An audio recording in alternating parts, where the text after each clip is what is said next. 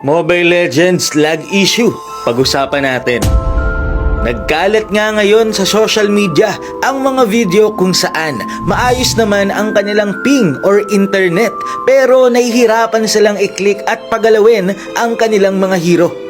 Tignan nyo dito, 9ms yung Thamus pero naglalakad mag-isa at hindi niya mapindot ang kanyang mga skill. Iba't iba ang komento na mababasa mo tungkol dito. May mga nagsasabi na baka cheat daw. May mga nagsasabi na baka lag lang daw ang internet noong nag-post. Meron namang nagsasabi na naka-netwing daw. At meron din nagsasabi na naka-VPN daw ang kalaban. Una sa lahat, imposibleng gawa ito ng kalaban nyo. Kasi napakarami ding nagsisend sa akin ng video na lahat sila naglalag pati ang kalaban. Alin nga ba ang totoo tungkol sa mga ito? Alam niyo ba guys, kahapon pa sobrang dami na talaga nagrereklamo sa PM sa akin. Ang dami nag-chat na nakakaranas daw sila ng parehas na problema. Halos lahat sila pare-parehas ng reklamo. Kaya kung nararanasan mo ito, hindi ka nag-iisa.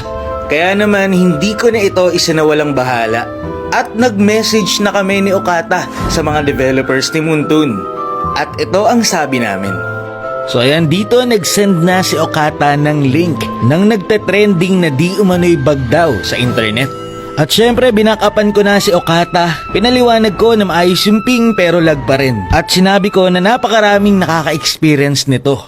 At buti na lang nag-reply ang developer ni Moontoon at ito ang sabi. So sabi niya, confirm daw na may problema at isa itong network issue. So hindi din talaga cheat. Tinanong ko kung sa Pilipinas lang ba nangyari ito. Posibleng dahil ito sa internet service provider. Yan ang sabi ng developer. Kaya talagang makikita nyo na inaalam na nila kung ano ang punot dulo ng problema.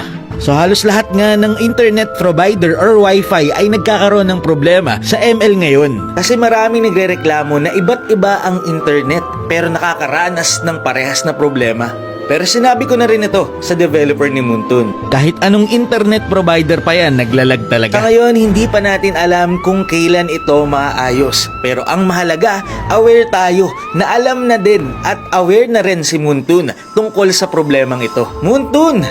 Kaisa ng mga naglalaro ng Mobile Legends dito sa Pilipinas, kami ay umaasa na ma-fix agad ang problema na ito sa lag. Lustrik na nga lag pa. Pero yun nga, hindi na natin paghihinalaan ang ating mga kalaban na baka naka-cheat. Ito ay isang uri ng problema sa Moontoon at sa internet provider.